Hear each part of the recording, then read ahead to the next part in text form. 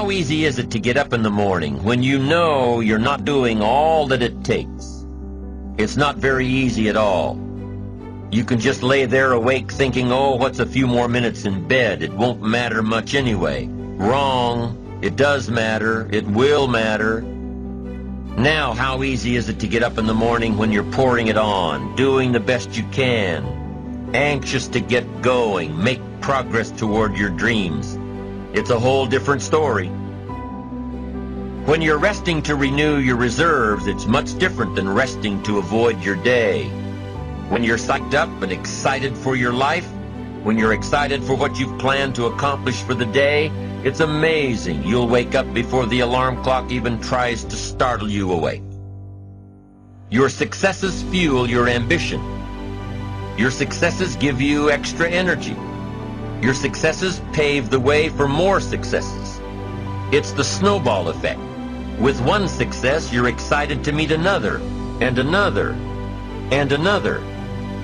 And pretty soon, the disciplines that were so difficult in the beginning, the disciplines that got you going, are now part of your philosophy.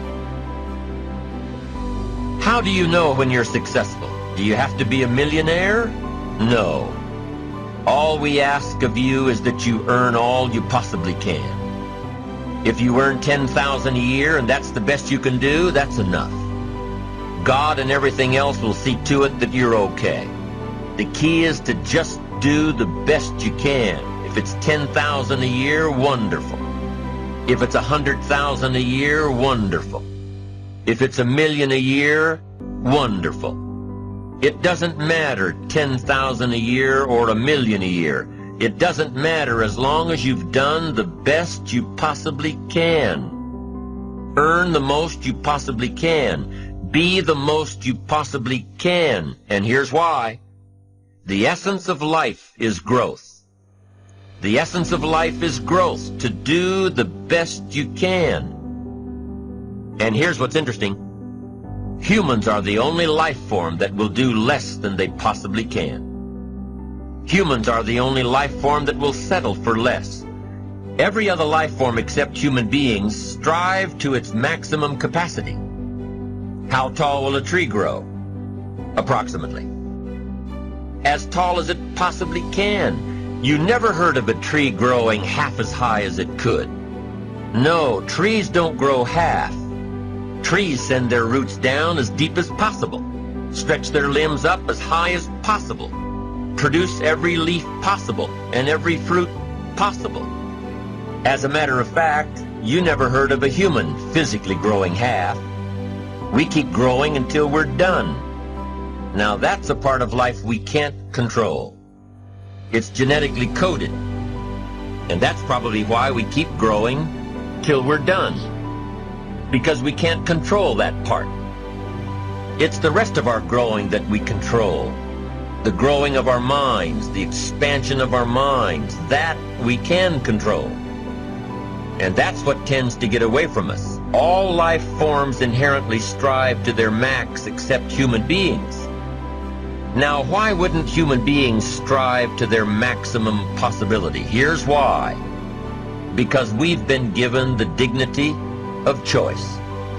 It makes us different than alligators and trees and birds. The dignity of choice makes us different than all other life forms. And here's the choice: to become part of what we could be, enough to get by, or to become all that we can be.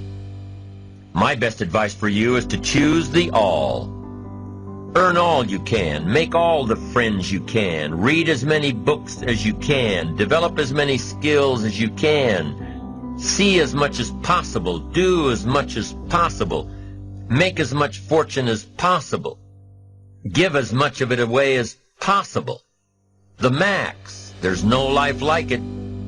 I'm telling you, once I got on track, I've never looked back. Pick up the challenge. Go for it. Take the best of the two easies. Take the route of it's easy to get ahead. It's easy to do all you can. It's easy to succeed. It's easy to have financial freedom. The more you do, the more you get. So the two primary benefits of positive reinforcement are, number one, to build good habits, and number two, to create more energy to fuel your ambitions, your desires, your achievements. How can you isolate what's working for you and what isn't? How can you make sure that you are reinforcing your positive disciplines? Well, if it isn't apparent, easy to see right away, if what you're doing is happening in such small increments that you're not sure if you're on track, then you need to be writing it down. You need to keep a journal anyway.